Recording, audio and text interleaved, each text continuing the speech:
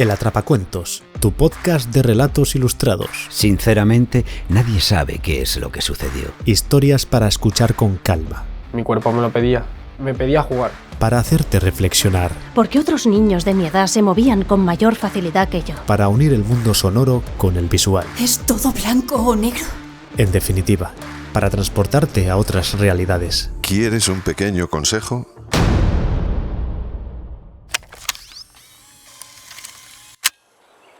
Era muy puntual. Nunca llegaba tarde a una cita. Quizás era excesivamente puntual, pues llegaba siempre con 15 minutos de antelación. Le tocaba esperar, pero no le suponía nunca un problema. Sacaba buenas notas. Destacaba por su empeño en ser la mejor de la clase. De hecho, llegaba el verano y se quejaba. Le gustaba tanto ir al colegio que estar un par de meses sin ello le suponía un auténtico aburrimiento. Avanzaba la edad, pero eso no cambiaba. La hacía feliz, y a mí verla así me parecía una maravilla. Incluso la adolescencia, que siempre suele traer grandes quebraderos de cabeza, la recuerdo con cariño. En cierto modo, notaba cómo otros padres tenían envidia de lo ordenada que era mi pequeña Chris. Siguió creciendo y se hizo mayor. Llegó a la universidad decidida a ser la mejor médico de España. Era su sueño desde siempre. La recuerdo junto a su madre el día de Reyes con el típico juego de operar a una persona.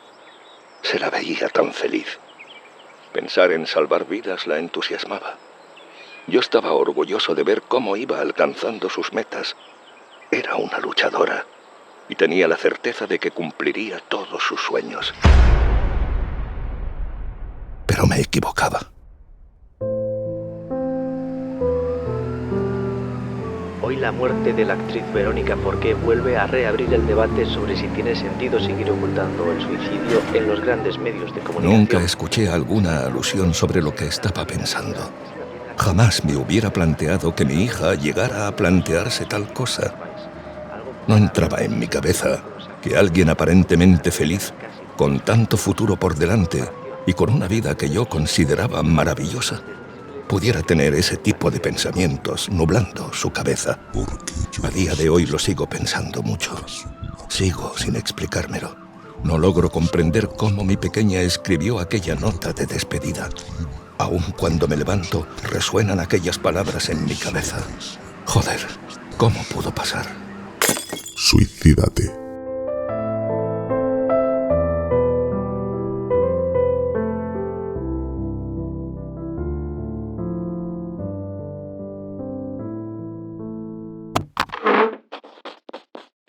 Lo siento mucho, pero necesito dejar de ser una carga para vosotros. La vida para mí ya no tiene sentido. Espero que algún día podáis perdonarme. Atentamente, Cristina. Capítulo 9. Realidad silenciada.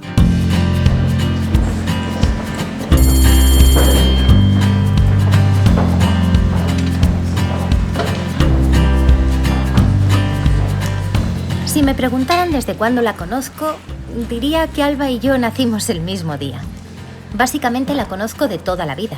Desde que tengo uso de razón hemos compartido aula, así que es más que evidente que nacimos el mismo año. Es imposible para mí imaginar un día de clase sin ella. Realmente no recuerdo cómo fue la primera conversación que tuvimos. Imagino que éramos demasiado pequeñas para que mi memoria guardara esa información. Ahora mismo me gustaría saber cómo fue. Si ella me sonrió o si empezamos con mal pie. Bueno, es evidente que se convirtió en mi mejor amiga. De esa clase de personas que consideras como tu alma gemela. Recuerdo aquella clase de educación física. Sería quinto de primaria. Éramos aún muy niñas. Y como era habitual, dábamos vueltas al campo para calentar antes de realizar la actividad que el profesor nos dijera. Estábamos hablando, haciendo nuestras tonterías habituales, cuando ella se desplomó en el suelo.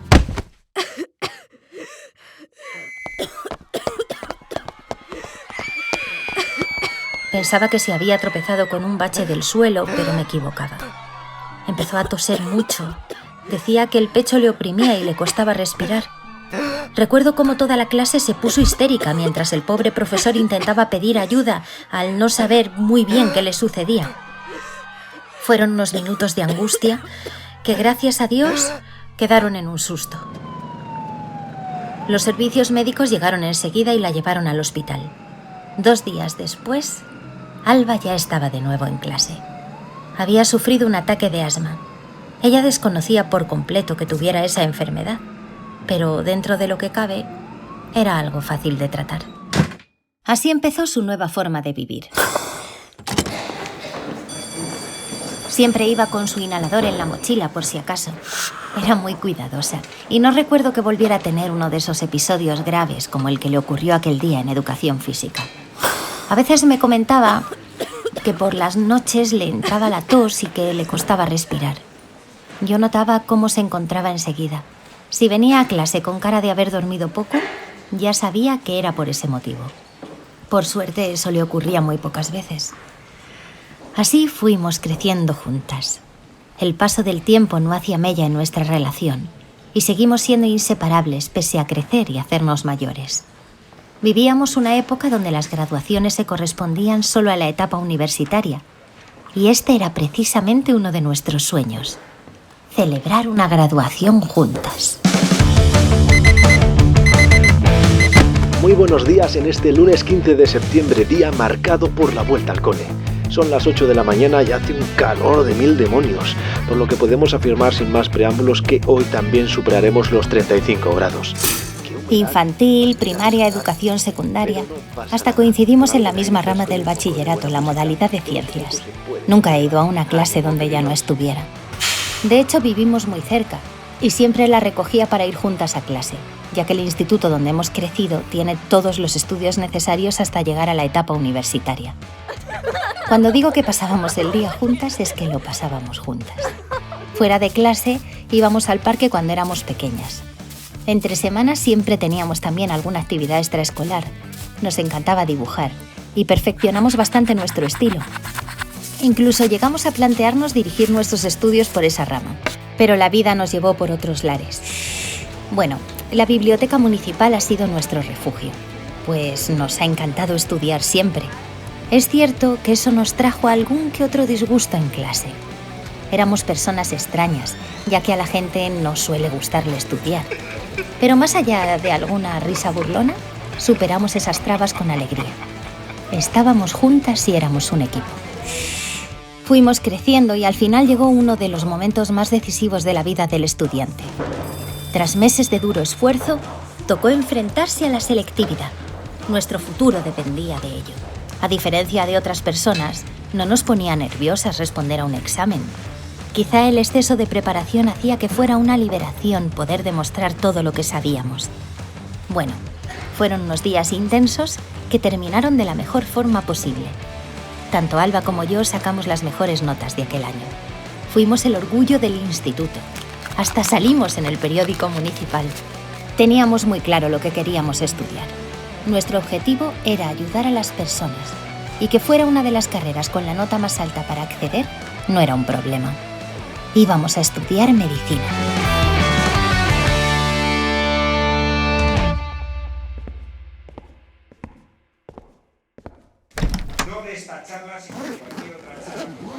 Así empezó nuestra andadura por la universidad, con la mochila cargada de ilusión por la posibilidad de ayudar a salvar vidas en un futuro no muy lejano. Era una carga de trabajo muy distinta a la del instituto. Teníamos que hacer muchos trabajos, estudiar más que nunca. Lo que más nos costaba era hacer aquellas tareas en grupos, pues reconozco que nunca nos hemos relacionado muy bien con las demás personas. Pero bueno, lo hicimos y nos adaptamos, aunque nunca nos gustó. Así pasamos los 2 primeros años, aprobando todo con esfuerzo y siendo ese equipazo que formábamos las dos. Era un sueño hecho realidad. Pero aún nos faltaba algo. Como ya he comentado, Alba y yo desde bien pequeñas hemos tenido la ilusión de graduarnos juntas. Un momento que por desgracia nunca llegaría a producirse. No pudimos seguir juntas. Nuestro camino tuvo que separarse forzosamente. Ni ella ni yo conseguimos graduarnos.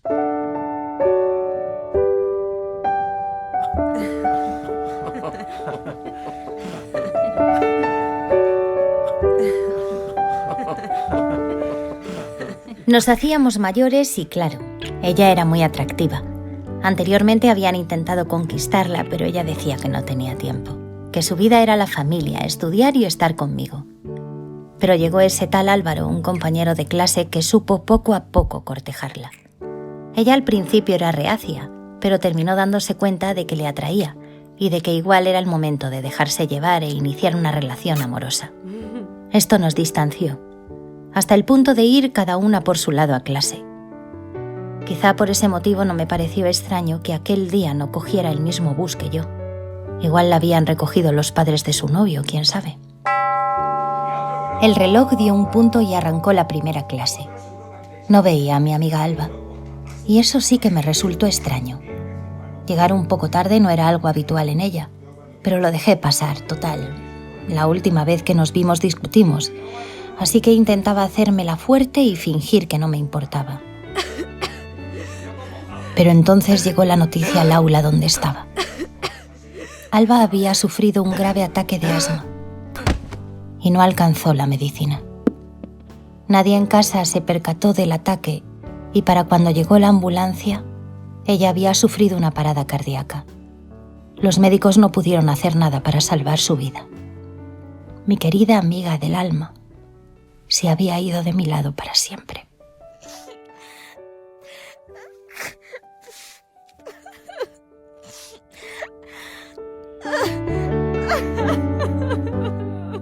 Mucha gente asistió al funeral. Yo no paraba de llorar, no entendía nada. Tenía una mezcla de rabia, impotencia y tristeza. Hasta me sentía culpable de haber discutido con ella. Si yo no me hubiera enfadado, quizá habría pasado por su casa, aunque en el fondo sabía que no hubiera servido de nada. Pero una parte de mí se echaba piedras encima. Fue una despedida amarga, pues necesitaba abrazarla de nuevo. Fue el último día que una parte de mí salió a la calle.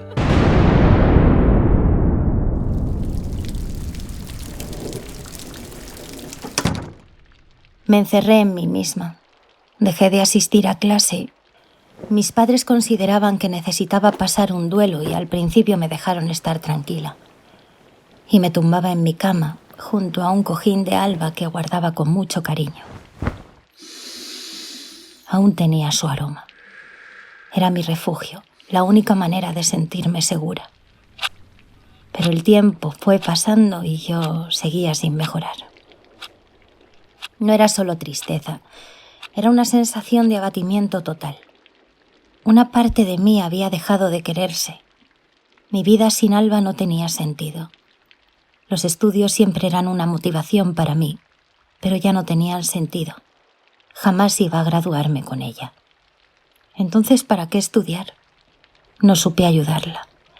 ¿Cómo iba a curar a otras personas si ni siquiera era capaz de cuidar a mi mejor amiga? Era una vergüenza pensar en ser médica.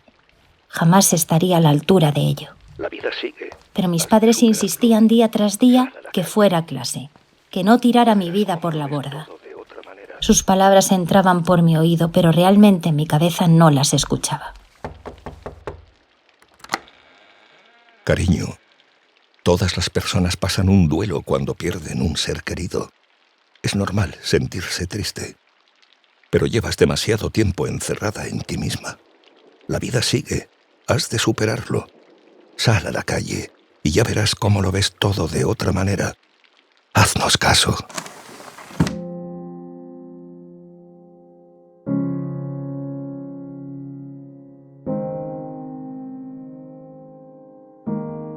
No tenía fuerzas. Había perdido las ganas de cualquier cosa. No me apetecía levantarme de la cama.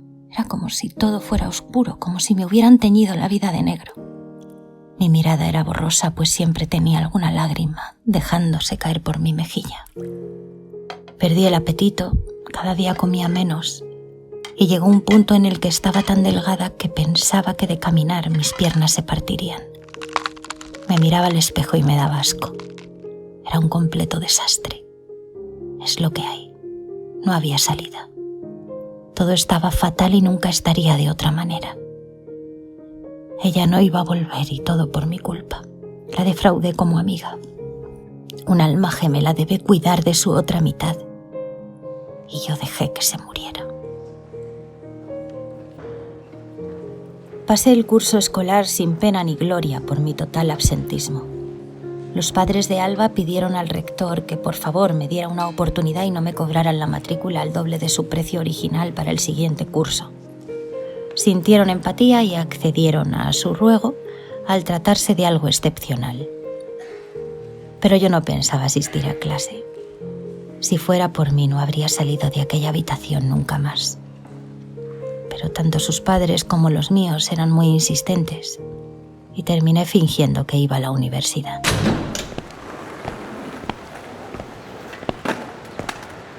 La rutina era sencilla. Salía de casa, guardaba el cojín de Alba en la mochila y me dirigía al parque. En él había un puente enorme donde solían dormir a alguna que otra persona sin techo.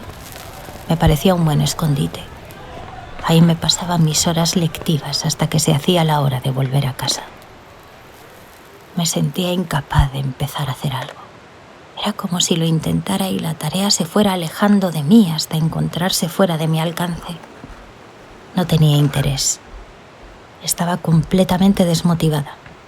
Al fin y al cabo llevaba más de un año sin sentir el más mínimo placer. Era incapaz de experimentar algo bueno. Cosas que antes me gustaba hacer, ahora no las disfrutaba y dejaba de hacerlas. ¿En qué me había convertido? Era un monstruo.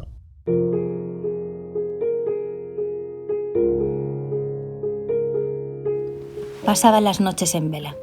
Mi cabeza siempre pensaba en Alba cuando el sol se escondía. Era una manera de torturarme por pensar que podría haber hecho algo para evitarlo. Tanta culpa me estaba consumiendo y pocas noches lograba conciliar el sueño. Sufría una fuerte depresión, pero no quería ayuda. Y créanme, ellos lo intentaron. Fui a distintos especialistas, pero no les dejaba entrar en mis sufrimientos. No les dejaba ayudarme. En el fondo quería estar sola, pero no quería arrastrar a más personas al infierno de mi vida. Aunque sin darme cuenta, era algo que estaba haciendo. Llegaba a plantearme si alguien me echaría de menos si yo me fuera. ¿Para qué levantarme cada mañana? Era una sensación que no sé cómo describir. Llegué a perder las ganas de querer vivir. Y cuando pierdes las ganas de querer vivir es que ya no te quieres nada. Y yo hacía mucho tiempo que había dejado de quererme. Encontramos aquella nota en su habitación. Nunca dijo nada acerca de suicidarse. Pensábamos que saldría de la depresión que tenía tarde o temprano, que salir le vendría bien, que al final afrontaría su pérdida. Pensábamos que saldría de esta. De todo se sale.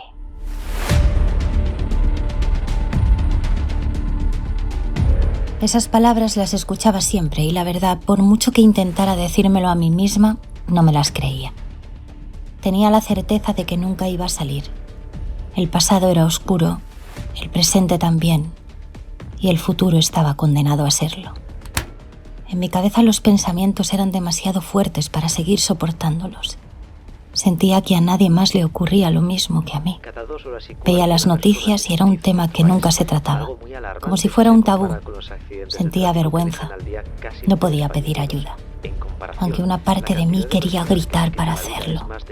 Era como vivir una realidad silenciada por mí misma al creer que estaba sola en esto. Lo llevaba en secreto y poco a poco la muerte iba ganando la partida. ¿Me echaría a alguien de menos? ¿Quién asistiría a mi funeral? Me preguntaba muchas cosas y siempre me contestaba lo mismo. Que nadie me echaría de menos, que no le importaba a nadie, que nadie asistiría a mi funeral para despedirse. Me decía, si me quitara la vida, mis padres dejarían de sufrir por mí y los padres de Alba reharían su vida. Yo al fin y al cabo estaba impidiéndoles ser felices. Era una carga. Y sentirme así de miserable era insufrible.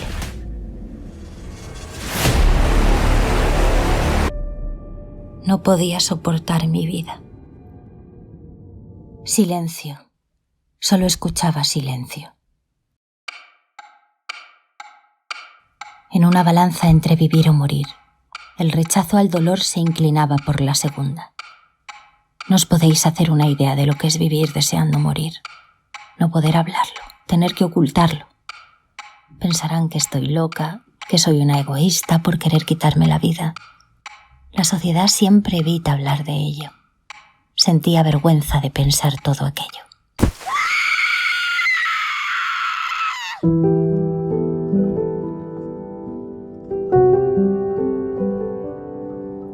Así pasé mucho tiempo, hasta que me pillaron sin asistir a clase. Ese momento de inflexión me empujó a tomar la decisión. No podía seguir fingiendo. Había llegado el momento de poner fin a mi sufrimiento. Aquella bronca no me afectó en absoluto, pues ya lo dije. A mí me hablaban, pero yo no escuchaba. Sentí un gran alivio cuando encontré el lugar perfecto.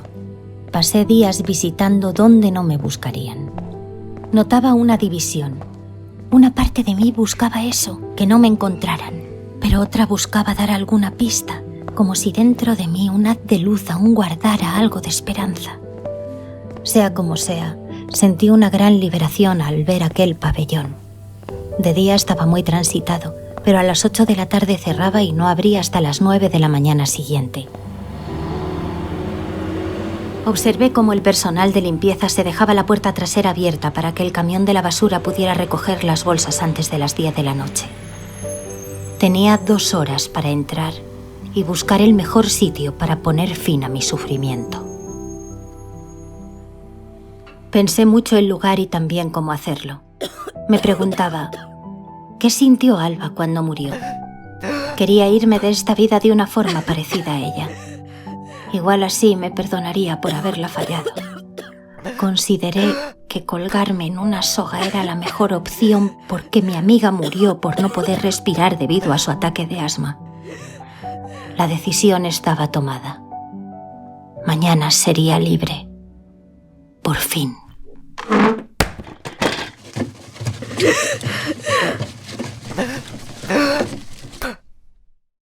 Nadie está preparado para esto.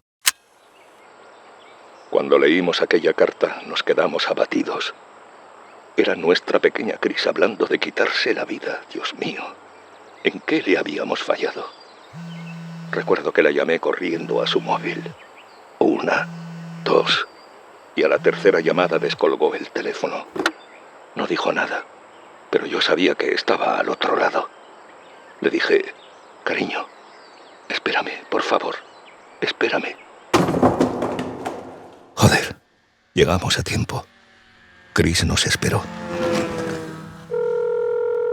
Era justo lo que necesitaba escuchar. No lo sabía, pero escuchar aquel "espérame" me salvó la vida. Espérame. Tenía la soga en la mano, la silla preparada en el vestuario de chicas, pero hice eso. Esperar.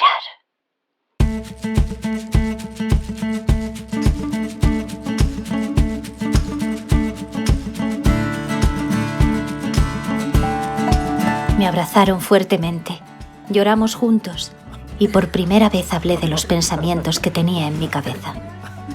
No me juzgaron. No les dio miedo pese a lo aterrador que sonaban. Había salido de la realidad silenciada y no estaba sola. Necesitaba ayuda, pero ahora sabía que la necesitaba. Sentirlos cerca de mí, aunque no dijeran nada, pero estaban ahí, cerca de mí. Empecé a ir a terapia. Veía y escuchaba a personas que habían intentado quitarse la vida. Esa empatía, ver que no estaba sola, fue el comienzo de mi tratamiento. Poder hablar de lo que pensaba y sentía. Olvidarse del estigma social que te dice que está mal visto. Quitarse la máscara. El camino era largo, pero estaba en la dirección correcta.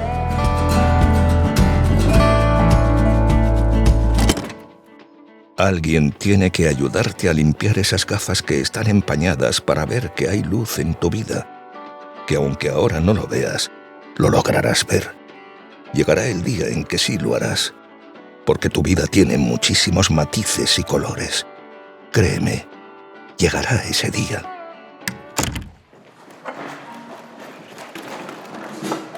Pasó el tiempo y al final me perdoné. Me perdoné porque Alba no había muerto por mi culpa. Por fin era capaz de pensarlo y decirlo en voz alta. Qué bien sienta la verdad. Me miraba al espejo y no veía al monstruo que atormentaba mi mirada. Sonreí por primera vez en mucho tiempo. Nunca la olvidaré. Siempre será mi alma gemela y eso nunca va a cambiar. Te quiero mucho, Alba.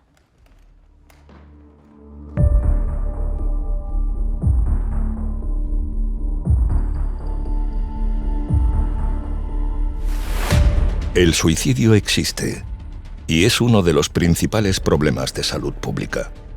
Si no hablamos de ello es como si no existiera y entonces no se pueden buscar soluciones. A día de hoy, 11 personas al día se quitan la vida en España. Una muerte cada 2 horas y cuarto. Por favor, no estás sola. No estás solo. Llama. Pide ayuda. Te estamos esperando.